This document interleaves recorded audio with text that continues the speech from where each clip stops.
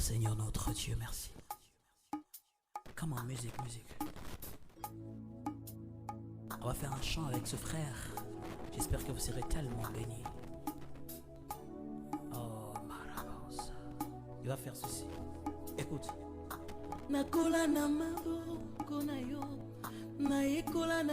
Aujourd'hui, dans mon message, je disais tantôt que le thème de notre message aujourd'hui, c'est l'impact du mensonge dans le milieu ecclésiastique. L'impact du mensonge dans le milieu ecclésiastique. L'impact du mensonge dans le milieu ecclésiastique.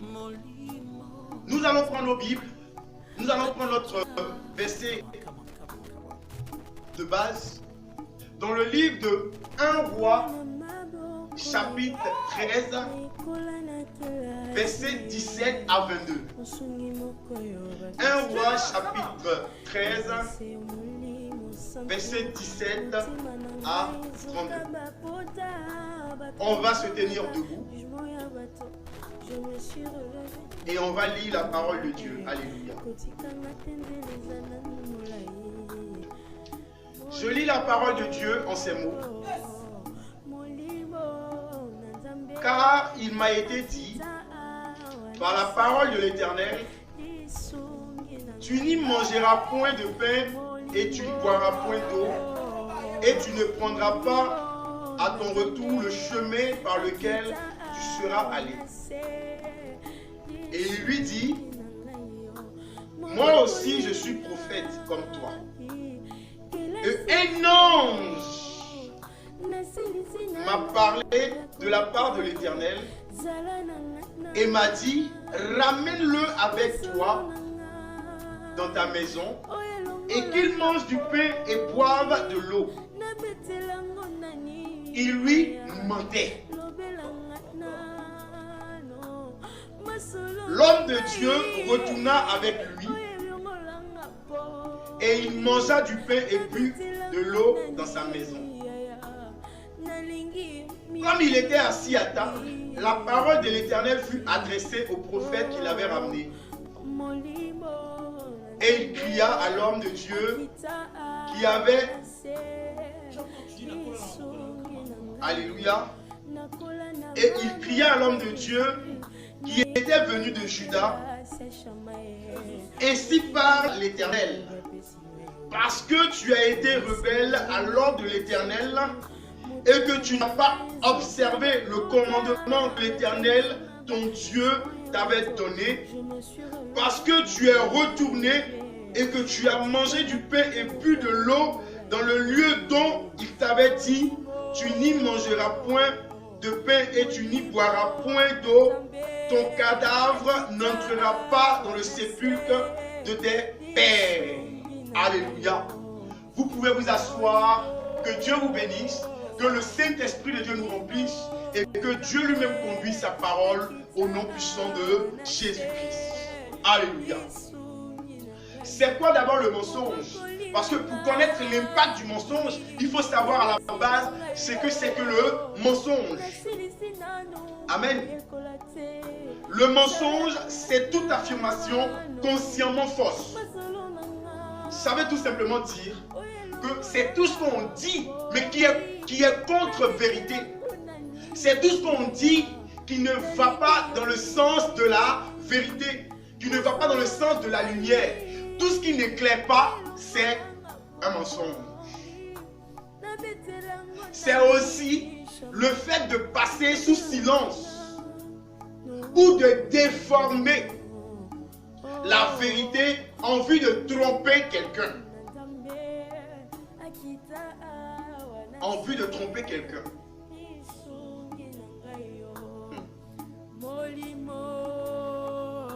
Le mensonge a un impact vraiment grave dans le milieu ecclésiastique.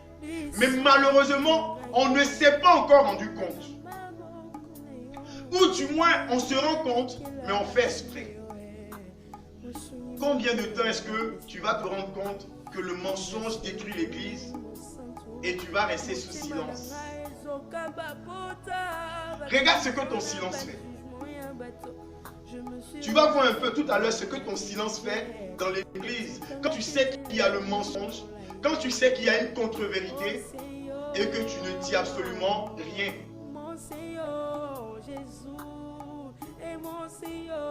Le mensonge apporte l'incohérence dans le milieu ecclésiastique. Sinon, je vais dire dans le christianisme. Le mensonge apporte l'incohérence. Quand on parle d'incohérence, tu vas me dire incohérence comment? L'incohérence, c'est ce qui est contraire à la parole de Dieu. C'est ce qui est contraire à la doctrine de Jésus.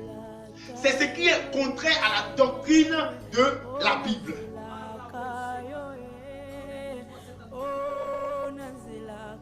Tu vas voir l'incohérence dans les tenues vestimentaires de l'homme de Dieu.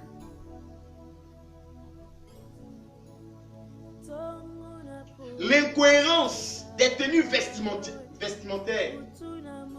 Ça veut dire que à seulement voir l'homme de Dieu, tu ne vois pas automatiquement à travers lui que c'est un homme de Dieu. Mais tu le vois plutôt en boucantier. Et l'aspect même qu'il donne, c'est l'aspect même d'un boucantier. Tu sens le pantalon plaqué, ça dessine toutes ses formes. La chemise est plaquée, ça dessine toutes ses formes. Des fois même, il a des difficultés même pour soulever ses mains. C'est incohérent. On peut s'habiller, on peut s'habiller près du corps. Mais quand tu exagères, ça devient une incohérence.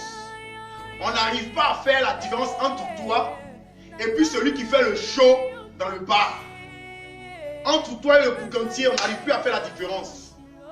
Même si tu es habillé près du corps, mais on doit quand même faire la différence entre toi et le boucantier. C'était mon cœur d'Adar, ce frère à l'onction des dieux. Soyez Amen.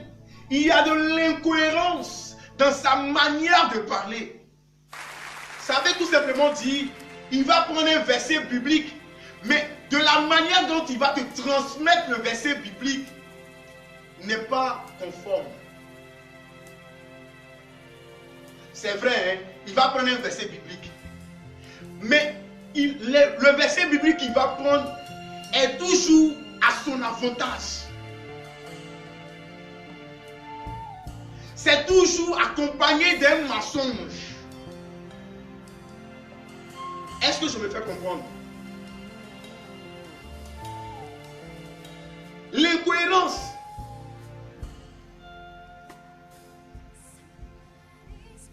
Il y a d'autres même qui vont jusqu'à dire l'incohérence dans la parole. Il y a d'autres même qui vont jusqu'à dire Abraham avait plusieurs femmes. On commence à citer les hommes de la Bible, de l'Ancien Testament, qui avaient plusieurs femmes. Donc la polygamie dans l'église. Vous voyez pas l'incohérence? L'incohérence.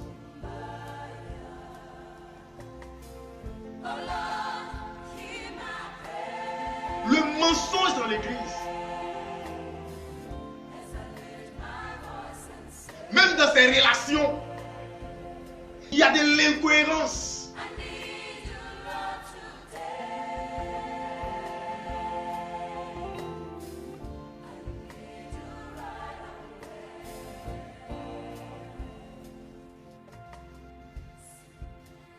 Alléluia. Je voudrais bénir celle qui représente aujourd'hui ma mère. Alléluia. Celle-là qui représente ma mère, c'est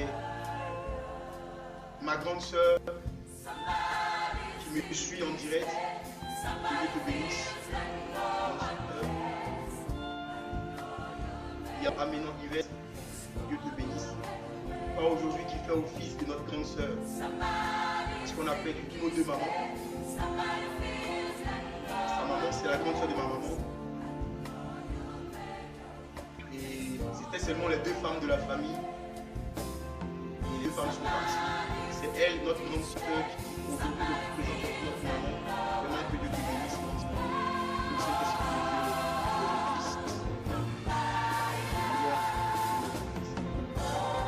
Et donc je disais tantôt qu'il y a incohérence même dans la parole qu'il donne.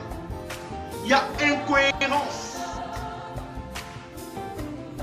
Ça ne va pas ensemble, on va dire. Un homme qui a une clé qui ouvre plusieurs portes. Mais un homme qui a une clé qui ouvre plusieurs portes, c'est un voleur. Si tu prends cet exemple, un homme qui a une clé qui ouvre toutes les portes, c'est un voleur. C'est ça son nom. C'est pas une bénédiction d'ouvrir toutes les clés, d'ouvrir toutes les portes. Alléluia. Non. Un homme qui a une clé qui ouvre toutes les portes, c'est un voleur. C'est un ravisseur. C'est un agent du diable.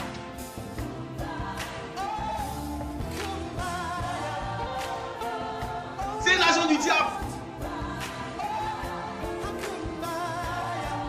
C'est un agent du diable. Il travaille pour le diable.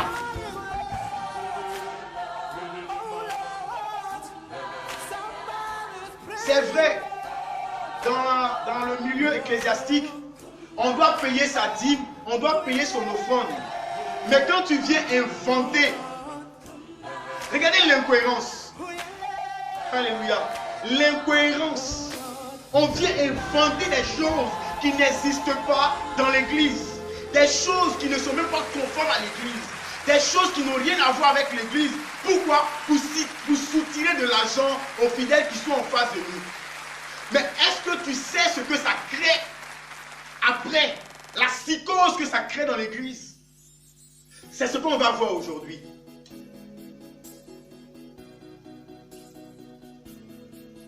Voici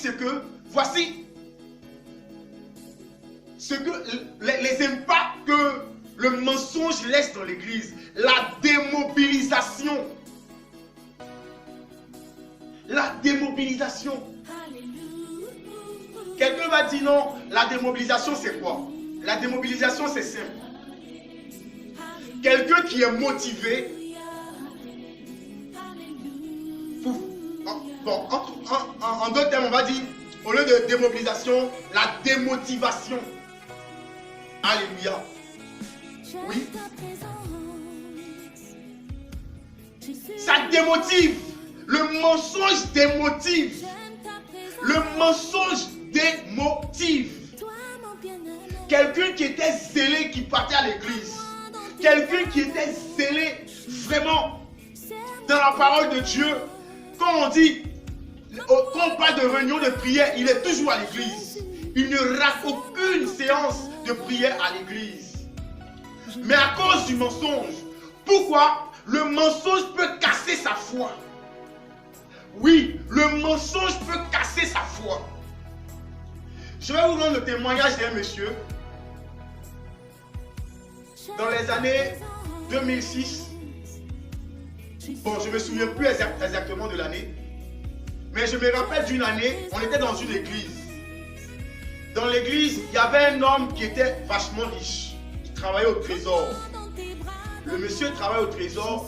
Le monsieur, il avait la main dure. La main très dure. Mais voici que Dieu, qui utilisait vraiment l'homme de Dieu, va passer à travers l'homme de Dieu pour bénir cet homme de Dieu, ce monsieur. Et quand Dieu a béni ce monsieur, le monsieur, en tout cas, il a mis sa foi. Il a commencé à réellement croire en Dieu. Le monsieur qui était incrédule a commencé à croire réellement en Dieu. Et voici ce qui va se passer. Le monsieur qui croyait en Dieu, quand on dit quelque chose à l'église, il prend tout en charge. Quand on parle d'uniforme, il paye pour tout le monde dans l'église. Mais voici quelque chose qui va se passer à l'église, qui va casser la foi de cet homme. Les hommes de Dieu se sont organisés et ils sont allés chez l'homme de Dieu. Ils sont allés chez le monsieur. Ils sont allés rendre visite sur le monsieur. Il y avait un programme qui était en cours. Et dans la semaine, ils sont allés rendre visite au monsieur. Quand ils sont allés rendre visite au monsieur, ils ont pris un truc, ils ont emballé sur Cori, ils ont fait comme le fétiche. Et ils ont mis en bas du fauteuil du monsieur. Quand ils ont mis en bas du fauteuil du monsieur, le monsieur n'était pas au courant. Pour lui, c'était une visite de courtoisie. Et après la visite, tout le monde est rentré chez soi. Pendant le programme, révélation. Regarde, quand tu as l'habitude de mentir, La Bible dit que le Dieu que nous prions, c'est un Dieu de lumière. Quand tu as l'habitude de mentir sur la chair, regarde, l'impact même du mensonge, ça va t'impacter toi-même. Le mensonge va t'impacter toi-même. Parce que le Dieu que nous prions, c'est un Dieu de lumière. Et quand il éclaire sa lumière, les ténèbres ne peuvent pas résister. Les ténèbres ne peuvent pas résister. Ils ont mis le fétiche sous le fauteuil. Et en plein culte, je sais pas si c'était une veillée, les révélations ont commencé à sortir en désordre. Les révélations ont commencé à sortir en désordre. Et ils ont mandaté les gens. La révélation est sortie comme quoi ils ont fait quelque chose dans ta maison, dans ton fauteuil, à gauche, à droite. C'est toi-même qui as mis.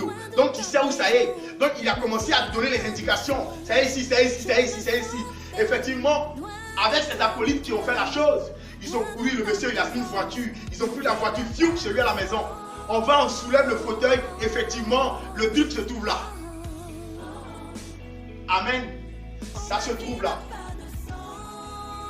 Le monsieur, aussi naïf qu'il est, il croit en la chose, puisqu'il ne sait absolument rien. Le monsieur croit en la chose, puisque lui, il ne sait absolument rien. Et la vie continue. Le programme est passé. Le monsieur a fait les offrandes que l'homme de Dieu voulait. Il a fait. Pourquoi? Parce qu'il croyait en ce que l'homme de Dieu disait. Mais ce que l'homme de Dieu a oublié, le mensonge, c'est pourquoi toi qui prends le temps de mentir encore dans le milieu ecclésiastique, c'est à cause de toi, je vais t'annoncer que c'est à cause de toi que le coronavirus traîne encore. Parce que tu n'as pas encore changé, tu n'as pas encore compris. Actuellement même, tu es en train de te préparer. Tu es en train de préparer c'est que le plus gros mensonge du siècle. Dès que le coronavirus finit net, tu vas aller t'asseoir et puis tu vas mettre ce mensonge-là pour rattraper tout ce qui est passé. C'est à cause de toi qu'on prolonge à chaque fois le confinement. À cause de toi. Parce que au lieu de réfléchir comment éclairer ta vie, toi tu réfléchis comment assombrir encore ta vie et assombrir la vie de ceux qui sont tes adeptes. Les gens ont dit oui, il aime prêcher contre les hommes de Dieu. Mais moi, je suis homme de Dieu. Il faut que je prêche la vérité pour que la vérité m'affranchisse. Oui, je veux que la vérité m'affranchisse. On ment trop. Dans le milieu ecclésiastique, on ment trop. Pourquoi? Pour nos propres intérêts. On dit le Dieu que nous prions, c'est un Dieu de lumière. Mais nous, c'est le mensonge. On est plus canalisé sur le mensonge. Même les témoignages qu'on donne à l'église, c'est des mensonges souvent. Les témoignages qu'on donne de nous, c'est des mensonges souvent.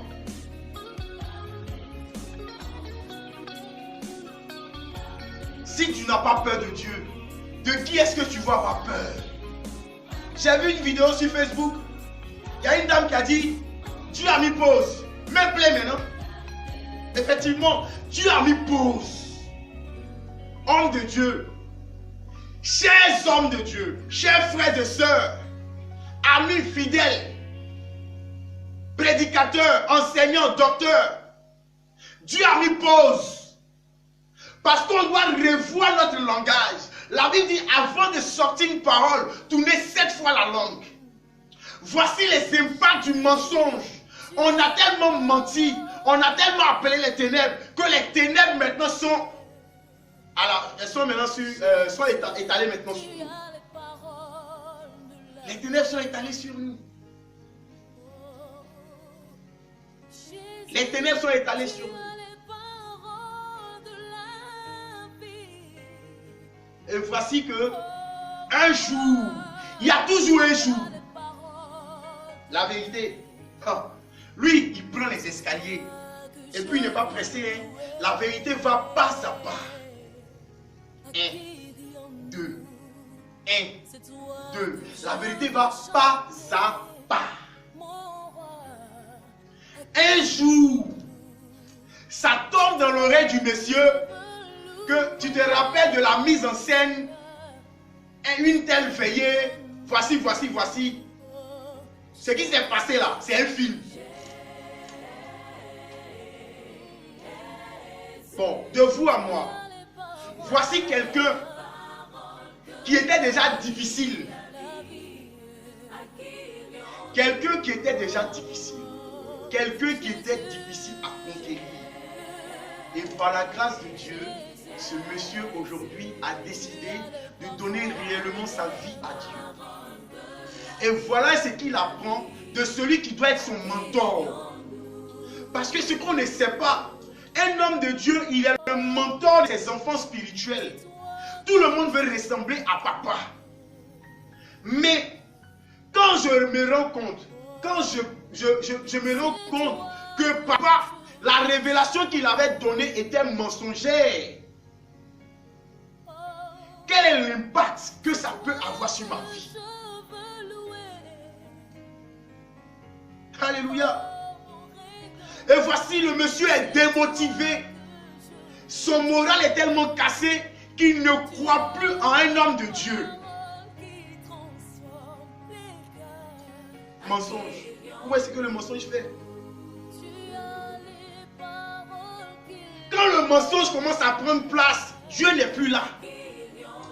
C'est tout simplement parce que Dieu ne se répand pas de ses dons que quand tu lèves la main, tu pries et puis il y a quelque chose qui se passe. Sinon, quand tu commences à mentir, Dieu n'est plus là. Et je vais te le dire tout à l'heure. Je vais te dire pourquoi Dieu n'est plus là.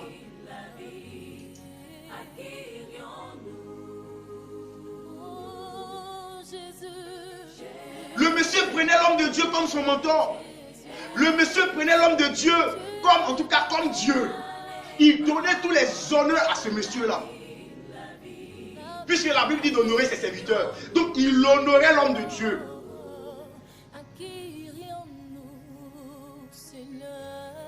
Alléluia. Il honorait l'homme de Dieu. Et voici que l'homme de Dieu va se permettre de venir casser sa foi.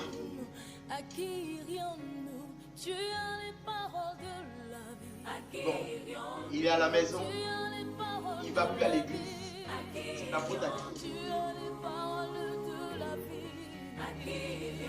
Jésus-Christ, mon berger, c'est toi qui fermes et personne ne peut. Toi qui ouvres et personne ne peut fermer. Le mensonge même emmène à diviser les églises. J'ai été témoin de ça ici au Maroc. J'étais dans une église. Quand je suis arrivé ici au Maroc, là où Dieu m'a emmené, j'étais dans l'église. Pendant que nous on fléchissait genoux, pendant qu'on fléchissait genoux pour prier à Dieu, pendant qu'on fléchissait genoux pour appeler l'Esprit de Dieu, pour que l'église soit stable, pour que les choses deviennent bien, il y a des personnes dans l'église qui avaient pour mission de donner des contre-vérités à la personne qui nous a établis dans ce ministère-là. Eux, ils prenaient le texte. Mon Dieu, le mensonge. Regardez ce que le mensonge peut causer. L'église qui était bien partie, l'église qui était vraiment à un niveau, je ne sais pas comment dire. Les gens étaient heureux de venir dans cette église-là. Il y avait la joie qui régnait, il y avait la paix qui régnait. Mais pendant que la joie et la paix régnaient, il y avait le mensonge en bas qui n'était pas d'accord avec. Regardez l'impact que le mensonge va envoyer dans cette église. L'église a été cassée. Un plein dimanche, en plein culte. La personne qui a établi le ministère a quitté l'endroit où elle était. Elle est venue, cette personne-là. En plein culte, elle a arrêté le culte. Regardez l'impact du mensonge. Elle a arrêté le culte en plein direct. En plein culte direct. Un dimanche matin, pendant qu'on était en train d'adorer Dieu, arrêtez tout. Et tout a été arrêté. À cause de quoi? Le mensonge. Imaginez-vous un instant. S'il y avait des personnes qui venaient à l'église pour la première fois ce jour-là, c'est des âmes qu'on a gagnées ou c'est des âmes qu'on a perdues. On a arrêté le culte. Où?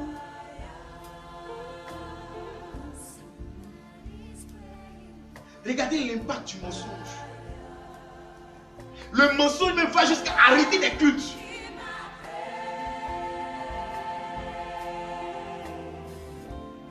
Jusqu'à quand tu vas continuer de mentir? Jusqu'à quand tu vas te servir du nom de Dieu pour mentir? Toi qui mens, c'est à toi que je parle. Chez nous, on dit, il y a un proverbe qui dit, celui qui se sent mauvais se mouche. Toi qui es un gros menteur, c'est à toi que je parle.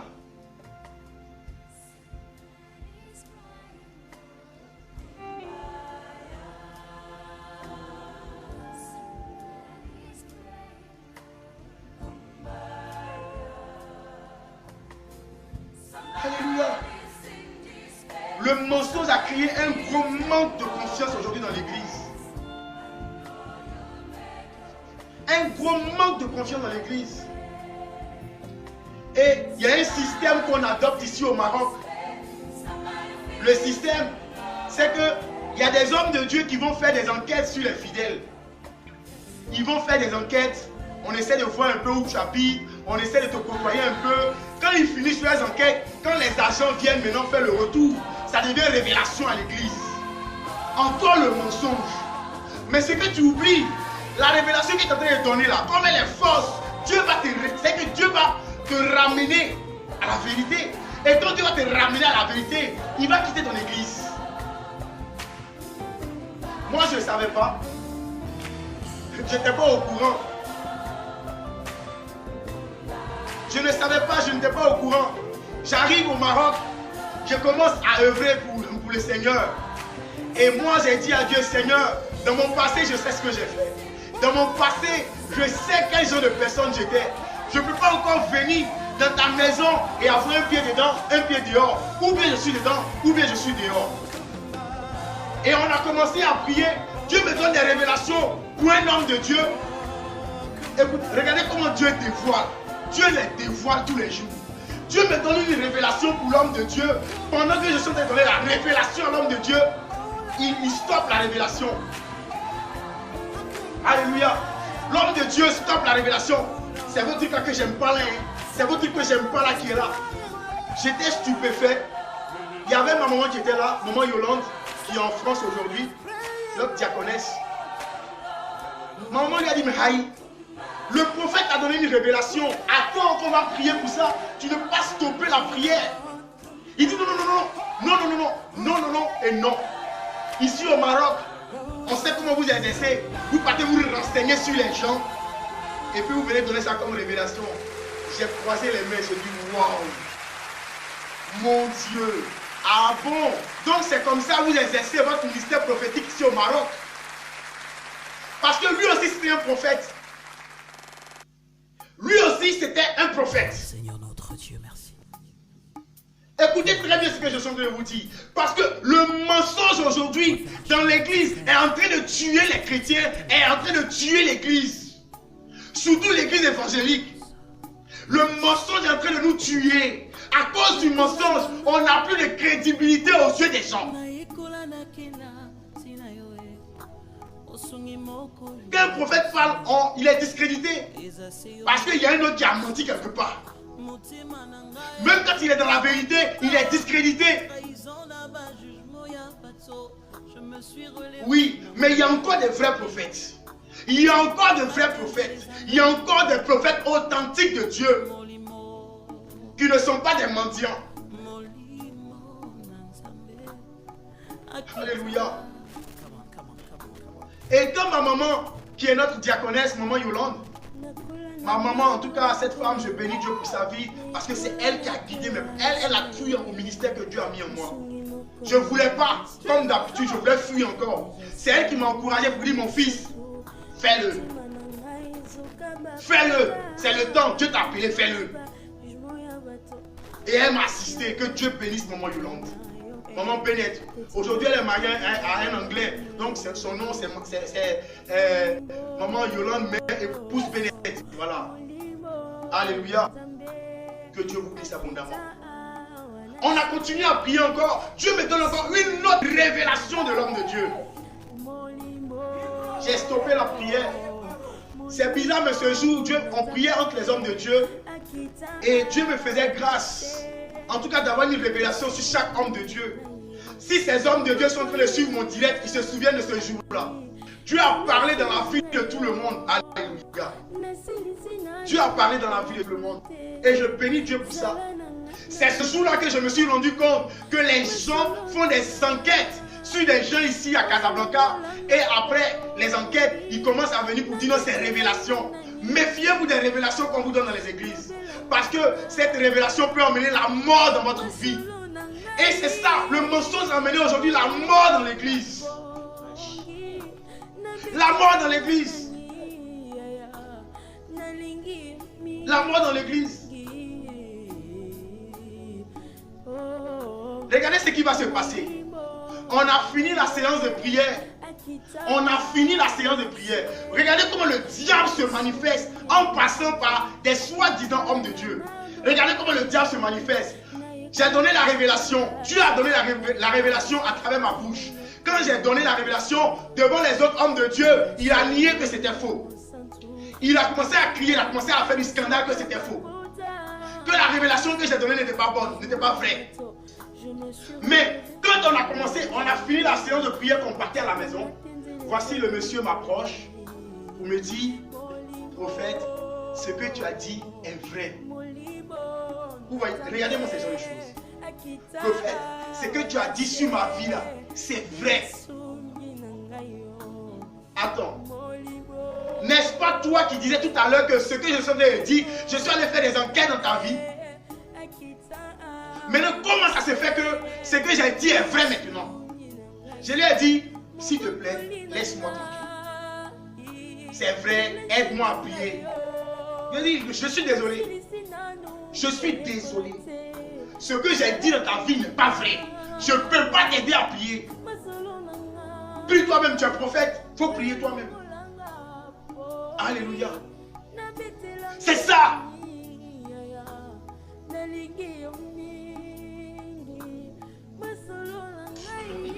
Alléluia. Oui. Ne te laisse pas distraire par quelqu'un. Ne te laisse pas distraire par quelqu'un. Quand Dieu te donne un ordre de mission, sur l'ordre de mission, il faut suivre l'ordre de mission. Je reviens à notre texte de base. Voici quelqu'un que Dieu envoie dans une contrée. Va faire mon œuvre. Va pour parler de ma part à quelqu'un. Ce dernier s'en va. Arrivé dans ce lieu-là, il finit ce qu'il a à faire. Maintenant qu'il prend le chemin de retour. Vous voyez comment on n'est pas intelligent? Le mensonge. Apprenons à discerner les choses, bien-aimés. On n'est pas intelligent. Souvent on fait l'œuvre de Dieu, mais on ne fléchit pas chez nous pour se rabattre à celui-là qui nous a appelés. Mais on se laisse guider par les choses du monde, par les choses du monde, par les choses du monde.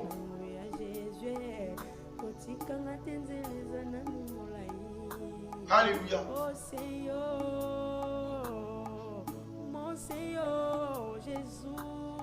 Je bénis Dieu qui a fait de moi tel que je suis.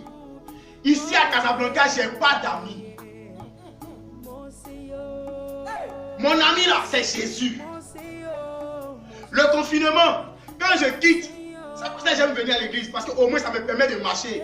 Quand je quitte chez moi, je viens à l'église dimanche. Quand je finis le culte, et je retourne chez moi à la maison, c'est jusqu'à le dimanche prochain encore que je descends les escaliers. Ou bien pour aller jeter la poubelle. En tout cas, je bénis Dieu pour ce comportement qu'il m'a donné. Les gens n'ont qu'à dire non, il te prend trop. C'est pas grave. Vaut mieux rester seul que d'être mal accompagné. Vaut mieux rester seul que d'être mal accompagné. Et il y a beaucoup qui sont mal accompagnés aujourd'hui. L'homme de Dieu qui a menti au papa qui avait l'argent. L'homme de Dieu qui a menti. C'est pas parce que c'était pas un bon homme de Dieu. Au départ, c'était un bon homme de Dieu. Au départ, il craignait Dieu. C'est pourquoi Dieu a parlé par sa bouche dans la vie de cet homme de Dieu. Mais quand il a commencé à avoir des amis, un homme de Dieu qui a trop d'amis devient un menteur.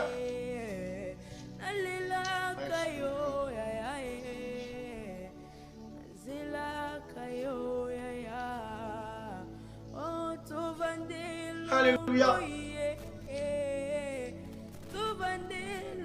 Tu sais ce que Dieu t'a dit.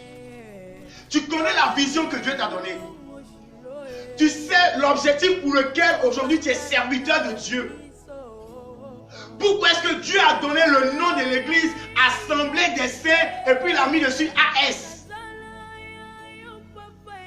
Dieu sait pourquoi est-ce qu'il a donné le nom comme ça. Maintenant, pourquoi est-ce que toi, en tant qu'homme de Dieu, tu vas venir changer la vision que Dieu t'a donnée? Regarde bien aimé. C'était mon cœur d'honneur, ce frère. L'homme de Dieu dit, Soyez bénis. excusez-moi, l'homme de Dieu, il dit, car il m'a été dit par la parole de l'Éternel. C'est l'Éternel qui t'a parlé directement pour t'envoyer. C'est Dieu, pendant que je le cherchais, qui m'appelait Salomon. Pendant que j'étais couché au temple en train de prier, et puis j'ai entendu audiblement, Salomon, Salomon. Je suis allé demander à ma femme, est-ce que tu m'appelais? Elle m'a dit non. Je suis allé me recoucher encore. J'ai entendu encore Salomon, parce que j'ai même appelé David. Et puis, quelqu'un va venir me dire, papa, j'ai reçu en vision, ou bien, il y a un ange qui est venu me dire que tu ne dois pas t'appeler Salomon, mais tu dois t'appeler David. Alléluia. Quelqu'un va venir te dire, tu ne dois pas t'appeler Salomon, mais tu dois t'appeler David. Mais bien aimé, pourquoi est-ce que tu ne lui dis pas, arrête, arrière de moi Satan? Dieu a dit à Pierre, arrière de moi Satan. Jésus a dit à Pierre, arrière de moi Satan. Quelqu'un ne doit pas te détourner de la vision dans laquelle tu es, quelle que soit son influence. Tu as reçu des paroles directes de Dieu. Tu as reçu des paroles directes de Dieu, des directives de Dieu. Des directives de Dieu. C'est Dieu qui t'a parlé audiblement. Mais pourquoi est-ce que ce même Dieu-là ne vient pas encore te parler audiblement et il va passer encore par quelqu'un? Dis à quelqu'un, le vieux prophète. Le vieux prophète c'est qui? C'est ton ami. Le vieux prophète c'est qui? Ça peut même être ton fidèle. Le vieux prophète c'est qui? Ça peut être un homme de Dieu qui a duré dans la parole de Dieu. Un homme de Dieu qui a duré dans le ministère. Qui a 30 ans de ministère, qui a 20 ans de ministère, qui a 40 ans de ministère. Mais toi, tu peux bien avoir 1 an de ministère. Tu peux bien avoir 2 ans de ministère. Mais ne te laisse pas distraire par quelqu'un. Ne te laisse pas distraire par l'autorité de quelqu'un. Alléluia. Voici quelqu'un à qui Dieu ne parlait plus. Voici quelqu'un à qui Dieu ne visitait même pas. Dieu ne passait même pas auprès de lui.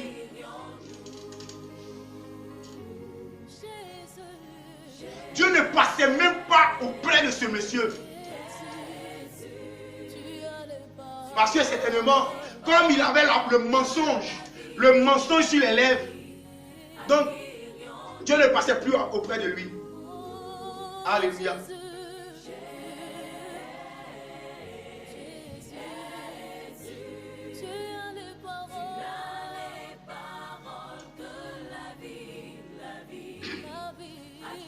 L'égarement. Des personnes qui sont là pour te canaliser, pour t'égarer. Des personnes qui sont là pour te faire perdre dans la voie céleste. Toi, tu es intègre, tu es un jeune bien, tu essaies de craindre Dieu. C'est ce monsieur-là qui va venir te dire, regarde, on peut faire le ministère. Dieu a déjà payé le prix pour nous. Effectivement, c'est vrai que Dieu a déjà payé le prix pour nous. Il est mort à la croix de Golgotha pour nous justifier. Mais ça ne veut pas dire que parce qu'il est mort à la croix de Golgotha, donc je dois demeurer dans le péché. Je dois être dans l'impudicité. Je dois chercher toutes les filles de l'église. Non. Au contraire, il est mort pour que j'ai la force de résister au péché. Mais je viens. Je vais commencer à prêcher. Ne couche pas avec la femme d'autrui. Ne vole pas. Et puis, un jour, tu t'en vas me surprendre chez toi à la maison. Je suis en train de coucher avec ta femme. Moi qui ai enseigné, ne couche pas avec la femme d'autrui. Moi qui ai enseigné de ne pas voler. Tu apprends que je suis un brouteur. Oui. Moi qui ai enseigné de ne pas voler.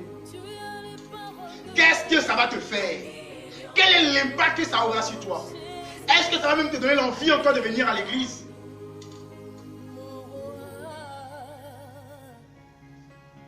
On est tellement obsédé par les miracles qu'on est obligé de fabriquer les miracles à l'église. Parce que là, le vieux prophète a fabriqué le miracle. Ouais. Il a fabriqué le miracle. Il a demandé à ses enfants de lui dire, papa, il y a un petit homme de Dieu qui est venu là. Il est bon, hein? Le petit homme de Dieu là, il parle, hein? Quand il parle, c'est que Dieu même confie à ton esprit que c'est lui-même Dieu qui parle à travers ce petit homme de Dieu. Alléluia. Dieu même confie à son esprit que c'est lui-même qui parle à travers lui. Il allait parler au roi. Dieu a soumis le cœur du roi à ce prophète-là. Le vieux prophète dit, hein, donc il est venu gâter mon combo. C'est comme ça que ça se passe. Quand tu commences à t'élever dans le milieu ecclésiastique, le diable voit. Pourquoi est-ce que le diable voit? Regarde, quand Dieu a béni Job, le diable passait. Ça, c'est semblant, il fait toujours. Le diable, c'est semblant, il fait toujours. Il faisait semblant de passer pour que Dieu l'interpelle à cause de Job. Mais Dieu connaissant la pensée du diable, va interpeller le diable pour lui dire, as-tu vu mon serviteur Job? As-tu vu mon serviteur Job? Il dit, oh, Job, c'est parce que tu l'as béni.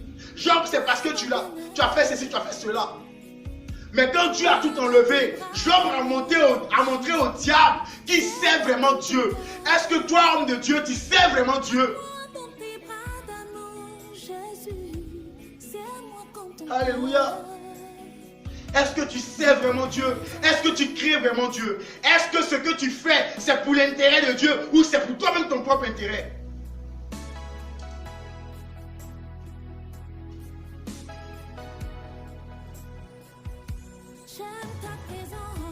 Bien béni. Quand ses enfants lui ont dit ça, quand ses enfants lui ont parlé, il dit, il est passé par où?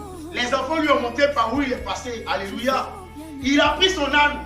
Il a couru. Il a couru. Et il allait rattraper l'authentique homme de Dieu. Il y a beaucoup d'hommes de Dieu qui sont authentiques. Mais il y a des vieux prophètes qui sont en train de vous courir après. Ces vieux prophètes, quand ils ne viendront pas avec la vérité. Ils ne viendront jamais avec la vérité. Mais comme toi, homme de Dieu, tu n'as pas le discernement, tu vas te laisser séduire par ce mensonge-là. Ils ne viendront pas avec la vérité, mais ils viendront dans l'intention de te nuire, dans l'intention de briser le ministère que Dieu a mis en toi, dans l'intention de tuer le don que Dieu a mis en toi, dans l'intention de freiner ta marche avec Christ.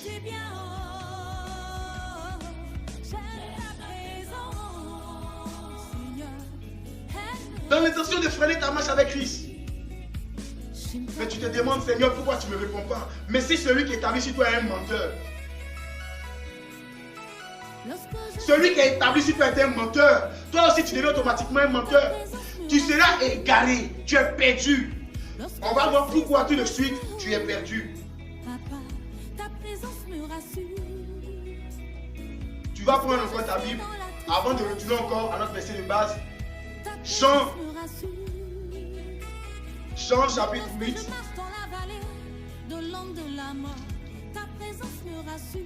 Verset 44.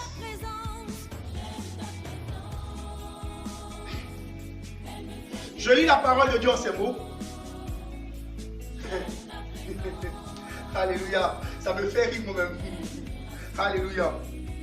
La Bible dit ceci, dans le livre de Jean chapitre 8, verset 44. Vous avez pour père le diable et vous voulez accomplir des désirs de votre père. Il a été meurtrier dès le commencement et il ne se tient pas dans la vérité.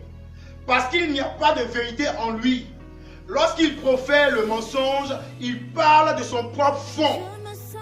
Car il est menteur et le père du mensonge. Alléluia. Voilà pourquoi est-ce qu'on est égaré dans nos églises. Voilà pourquoi est-ce que la prophétie que Dieu t'a donnée, ça tarde, ça ne s'accomplit pas. Parce que le petit-fils du mensonge est dans l'église. Le petit-fils du mensonge est dans l'église. Toi, tu es l'arrière-petit-fils du mensonge. Puisque le père du mensonge, c'est le diable. Et que ton papa a pour père le diable. toi automatiquement tu deviens le petit-fils du mensonge. Et donc ça fait que la grâce que Dieu a donnée dans ta vie, la grâce ne va ni en avant, elle ne va ni en arrière. La grâce ne va ni en avant ni en arrière. Alléluia. La grâce ne va ni en avant ni en arrière. Et tu es là, tu es devenu comme testicule de mouton. Ça va devant un peu, ça vient derrière un peu. Ça va devant un peu, ça va derrière un peu. Alléluia. Tu traînes seulement. Flouba, flouba, flouba, flouba, flouba. Alléluia. Oui. Tu es le petit-fils du mensonge. Ça ne peut pas aboutir. Alléluia. Pourquoi? Parce que la lumière et les ténèbres ne peuvent pas aller ensemble. La lumière, quand elle arrive, les ténèbres s'en vont. Un seul faisceau de lumière dans les ténèbres, ça éclaire. Alléluia. Le mensonge éloigne de Dieu de notre vie. Regardez, le mensonge là, ça éloigne la main de Dieu de notre vie. Souvent tu es en train de jeûner, tu es en plein jeûne. Il reste un peu, Dieu va te bénir. Mais tellement la faim te manipule, toi-même tu commences à désirer les choses. Et c'est le désir c'est le désir de ton cœur que Dieu te donne. C'est pas le désir de Dieu qui te donne, mais c'est le désir de ton cœur qu'il te donne. Parce que tu n'es plus concentré sur le jeûne. Tu es concentré sur le mets qu'on va faire, la nourriture, le menu qu'on va faire. C'est dessus que tu es concentré. Tu es tellement concentré sur le menu que tu n'arrives même plus à prier. Tu ne peux même pas orienter ton esprit même sur le sujet pour lequel tu es en train de jeûner.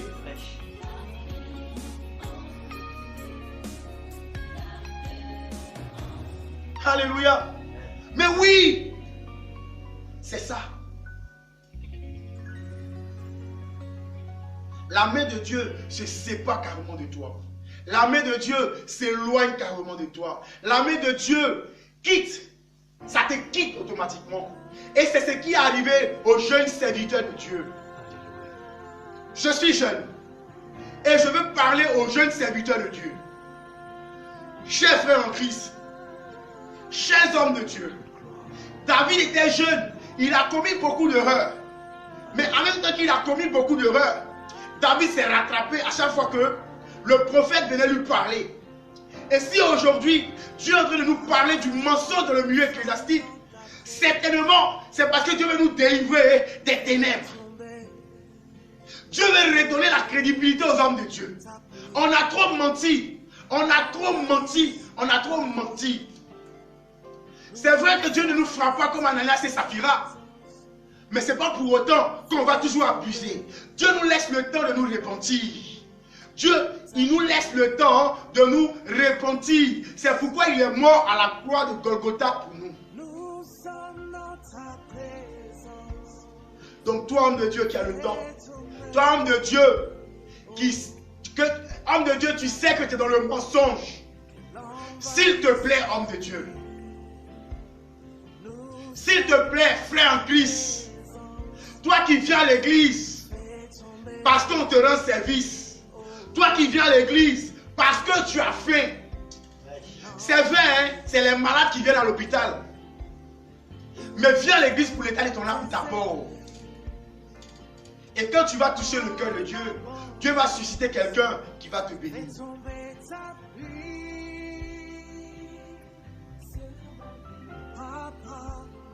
Dieu va susciter quelqu'un qui va te bénir.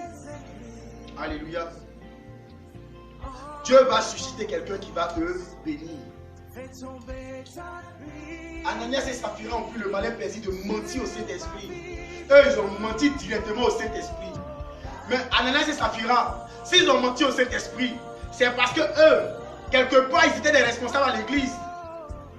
Parce que Dieu ne tolère pas les responsables à l'église. Dieu ne tolère pas les hommes de Dieu. Alléluia. Tu te dis non, je mens aujourd'hui, mais Dieu me bénit. Dieu ne te bénit pas. Hein? Dieu ne te bénit pas. Dieu ne te bénit pas. Il te laisse juste le temps de te repentir. Mais si tu ne te réponds pas, attends, il va te frapper. Il va te frapper.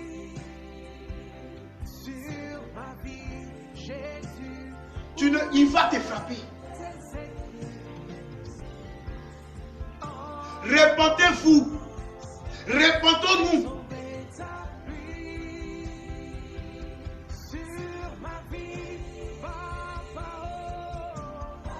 Vous oubliez, le mensonge, c'est un facteur qui nous éloigne de la main de Dieu. Le mensonge est un facteur qui nous éloigne de la puissance de Dieu. À cause de ça, aujourd'hui, on n'est même pas puissant. Dieu n'est pas puissant à travers nous. Puisque le Saint-Esprit en nous est attristé.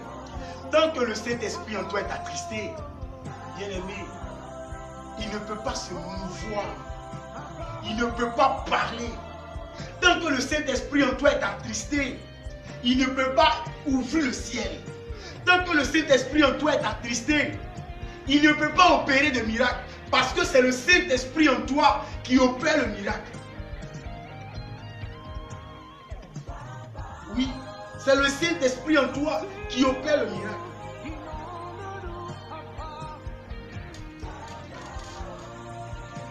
Quelqu'un va venir te dire, un ange m'est apparu. Et il m'a dit, c'est pour... Enfin, Dieu t'a parlé. Pour Dieu, tu ne crois pas. Mais c'est pour l'ange là que tu crois. Regardez cette abomination. Je fléchis genoux. Je prie devant Dieu. Dieu parle à mon esprit par rapport à une vision. Et puis quelqu'un me dit, il y a un ange qui m'a parlé. Mais va dire à ton ange que Dieu m'a déjà parlé. Homme de Dieu, n'ayons pas peur de parler. Quand c'est pour Dieu, n'aie pas peur de parler.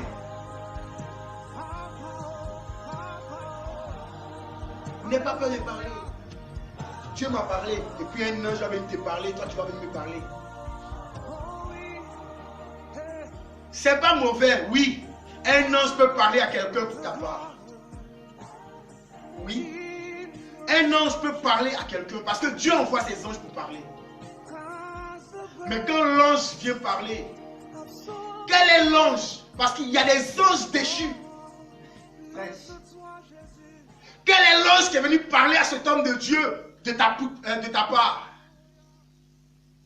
Est-ce un ange authentique de Dieu ou un ange déchu? Mais tellement tu as soif que quelqu'un te parle, tellement tu as soif de prophétie, tellement tu as soif de miracle, un ange déchu va venir te parler. J'espère que vous serez tellement bénis. C'est l'impact que le mensonge a sur l'Église. Écoute. Tellement on est dans le mensonge, c'est les anges déchus qui viennent nous parler maintenant. Non, un ange m'est apparu. Dieu, Jésus s'est révélé à moi en songe. La première fois que Jésus s'est révélé à moi en songe, paix à son âme, ma mère était là. En songe, quand il est venu, en songe, j'étais à genoux. J'étais à genoux, mais je n'ai jamais vu son visage. Parce que c'est la lumière. Il m'a imposé les mains en songe. Et quand je me suis réveillé, je suis allé expliquer à ma mère. Ma mère n'a même pas dit un seul mot. Elle allait se mettre à genoux et elle a commencé à prier l'Éternel Dieu. Elle allait se mettre à genoux et elle a commencé à prier son Dieu. Alléluia. Ma mère, elle allait se mettre à genoux et elle a commencé à prier son Dieu. Il a dit, mais aïe. Je me suis posé une question, il dit, mais attends, tiens. Je donne une nouvelle à ma mère. Je dis à ma mère, voici ce que j'ai eu en songe. Et elle, au lieu de me parler, elle va se mettre à genoux pour prier. Bon. Après, je n'ai pas... C'est après que j'ai compris que ma mère elle allait demander à l'Esprit de Dieu si c'était lui vraiment qui m'avait visité. Alléluia. Quand un homme de Dieu va te poursuivre pour te donner une révélation, quand un homme de Dieu va venir dans ton ministère pour te donner une orientation par rapport à ton ministère, Bien-aimé, voici ce que tu dois faire.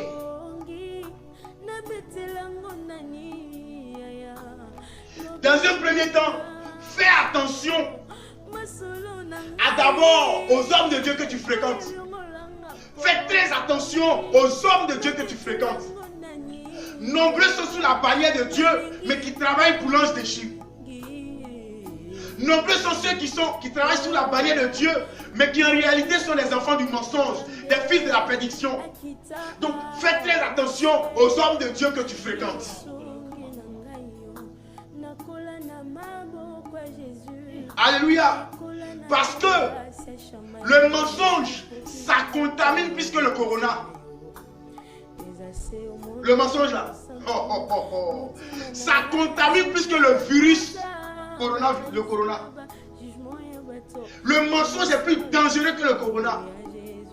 Et d'ailleurs, ce que vous ne savez pas, c'est le mensonge même qui accompagne le corona qui fait que c'est devenu trop dangereux.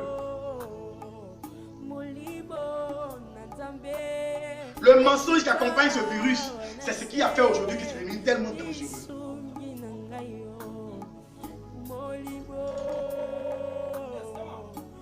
Le mensonge, ça envenime une situation. Le mensonge, ça détruit. Ça peut même détruire une nation. Ça peut emmener des personnes à la perdition. Sinon, ça envoie des personnes à la perdition. L'impact du mensonge, c'est la destruction. Alléluia. Bien-aimés, la lumière et les ténèbres ne font pas chemin ensemble. Ou bien c'est la lumière, ou bien c'est les ténèbres. Si tu choisis d'être dans la lumière, sois dans la lumière. Si tu choisis d'être dans les ténèbres, sois dans les ténèbres. Alléluia. Sois à fond dans ce que tu fais. On va prendre encore la Bible. Dans le livre de 1 Jean. 1 Jean chapitre 4, verset 1. 1 Jean chapitre 4, verset 1. La Bible dit ceci, écoutez très bien. Bien-aimés, n'ajoutez pas foi à tout esprit. C'est la Bible qui le dit. Est-ce que le son est bon? Est-ce que le volume est bon? Très bon. Bien-aimés, n'ajoutez pas foi à tout esprit, mais éprouvez-les. Alléluia. La Bible dit, éprouvez les esprits pour savoir s'ils sont de Dieu. Car plusieurs faux prophètes sont venus dans le monde. C'est la Bible qui le dit. La Bible dit de ne pas ajouter foi à tout esprit. Ainsi parle l'Éternel Dieu. Ainsi parle l'Éternel Dieu. Il va commencer à parler en langue. Qui t'a dit même la langue qu'il est en train de parler, mais c'est la langue de Dieu. Souvent même c'est une langue camouflée. Bizarrement, moi que je veux parler en langue, c'est dans mon cœur que je parle en langue. C'est dans mon cœur. Je ne dis pas que ceux qui parlent en langue sont faux. Parce que les gens ont tellement menti. Les gens ont tellement menti qu'aujourd'hui on ne sait même pas à qui se fier.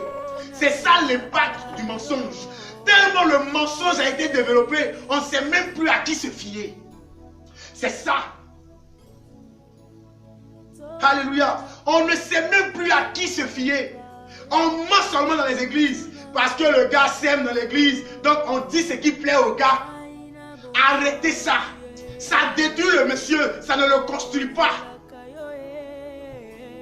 Non, j'ai eu telle révélation. Tu dois faire ceci avec ceci. En réalité, tu sais toi-même que tu es en train de mentir à ce gars. Mais nous aussi fidèles, bien aimés, on te donne les enseignements à l'église. Qu'est-ce que tu fais les enseignements qu'on te donne à l'église? Alléluia. Voici la Bible te dit dans le livre de 1 Jean, chapitre 1. 1 Jean, pardon, chapitre 4, verset 1. N'ajoutez pas foi à tout esprit. Ça veut dire que ce que ton pasteur dit là, tu dois aller vérifier si c'est vrai. Mais malheureusement, les chrétiens de la nouvelle génération, c'est des bénis. Oui, oui. Eux, quand ils arrivent, parce que Daddy a dit, parce que Papa a dit, on ne cherche pas à vérifier et on se jette dedans le coup. Tu te jettes dans l'abîme avec ton père. Ton père, c'est le père, c'est le petit, c'est le fils du mensonge. Puisqu'il est le fils du père du mensonge, toi automatiquement, tu deviens le fils, tu deviens le petit-fils du mensonge. Et vous êtes tous dans les ténèbres.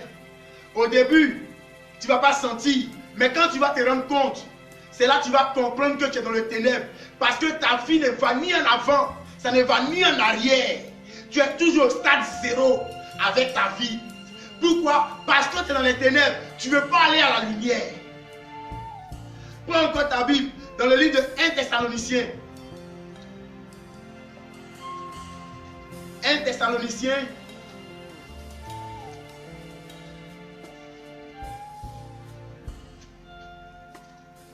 Thessaloniciens, chapitre 5. 1 Thessaloniciens, chapitre 5, verset 5. 1 Thessaloniciens, pardon, chapitre 5, verset 20 à 21. Alléluia. La Bible dit ceci. Écoutez très bien. Le verset 20 dit, ne méprisez pas les prophéties. Ça veut dire quoi? Au moment où l'homme de Dieu, le vieux prophète est venu voir le jeune prophète pour lui dire, l'ange m'a dit en ces mots, retourne chez moi à la maison, pendant que Dieu lui avait dit de ne pas retourner sur ses pas. S'il avait dit à l'homme de Dieu, attends-moi là, laisse-moi fléchir genoux, parce qu'il était sous le térébinthe. Il était sous le térébinthe. Il pouvait dire à l'homme de Dieu, la Bible nous dit ici, il devait dire à l'homme de Dieu, c'est vrai, tu as donné une prophétie, je suis d'accord avec la prophétie que tu as donnée, mais attends-moi, attends-moi. Je vais d'abord fléchir genoux, je vais prier Dieu d'abord. Si Dieu atteste à mon esprit que ce que tu dis est vrai, je vais te suivre. C'est pourquoi la Bible dit, ne méprisez pas les prophéties. Donc du moment où je ne méprise pas la prophétie, je tiens compte de la prophétie, mais en même temps, il faut que j'examine la prophétie. Verset 21 dit, mais, le mais il est inclusif, mais, examinez toutes choses, retenez quoi? Ce qui est bon. Ah bon? Ça veut dire qu'il y a des choses qui sont mauvaises. Vous voyez? Ça veut dire qu'il y a des choses qui sont mauvaises. Regarde, le plus gros impact du mensonge dans le milieu ecclésiastique, c'est la mort du christianisme. La mort du christianisme. Quand il n'a pas discerné, quand il n'a pas éprouvé ce que l'homme de Dieu a dit, quand il n'a pas examiné, voici ce qui va se passer. Le Saint-Esprit va quitter son corps. L'Esprit de Dieu va le quitter. Dieu va l'abandonner. Et qu'est-ce que Dieu va faire? Dieu va utiliser même le menteur qui est venu pour l'enlever du chemin parce qu'il n'a pas eu de discernement, pour lui annoncer une vérité. Regarde, quand tu te joues au menteur, Dieu passe par lui-même. C'est que Dieu ouvre l'esprit du menteur pour qu'il puisse te dire la vérité.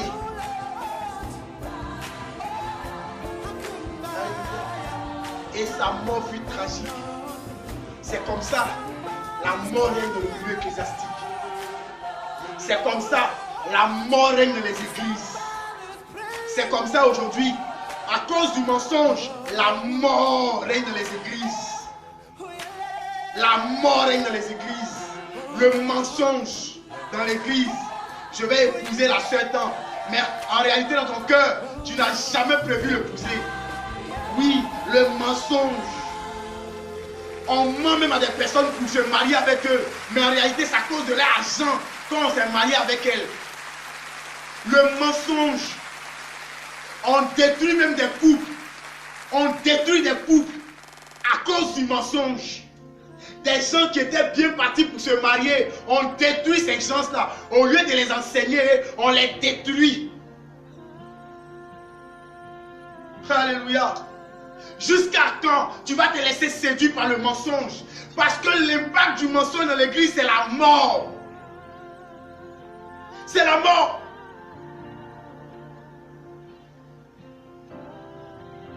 Alléluia. J'ai fini mon message. Ma conclusion,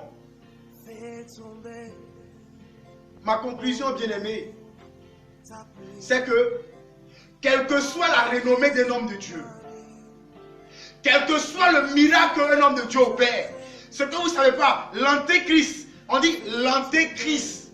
L'antéchrist même là, il fait des miracles grandioses, spectaculaires. Il faut prendre l'Apocalypse, tu vas lire, tu vas voir. Les miracles que l'antéchrist fait. Non, toi-même tu es stupéfait. C'est lui qui le donne vie à une statue. Ne te laisse pas séduire par un homme de Dieu, quelle que soit sa renommée, quelle que soit sa popularité, quelle que soit la cote de popularité qu'il a. Ne te laisse pas séduire par un homme de Dieu qui a plus d'expérience que toi, qui a moins d'expérience que toi. Alléluia. Ne te fie pas à ces hommes de Dieu-là, mais fie-toi plutôt à l'Éternel, car la Bible dit, maudit soit celui qui se confie dans l'homme.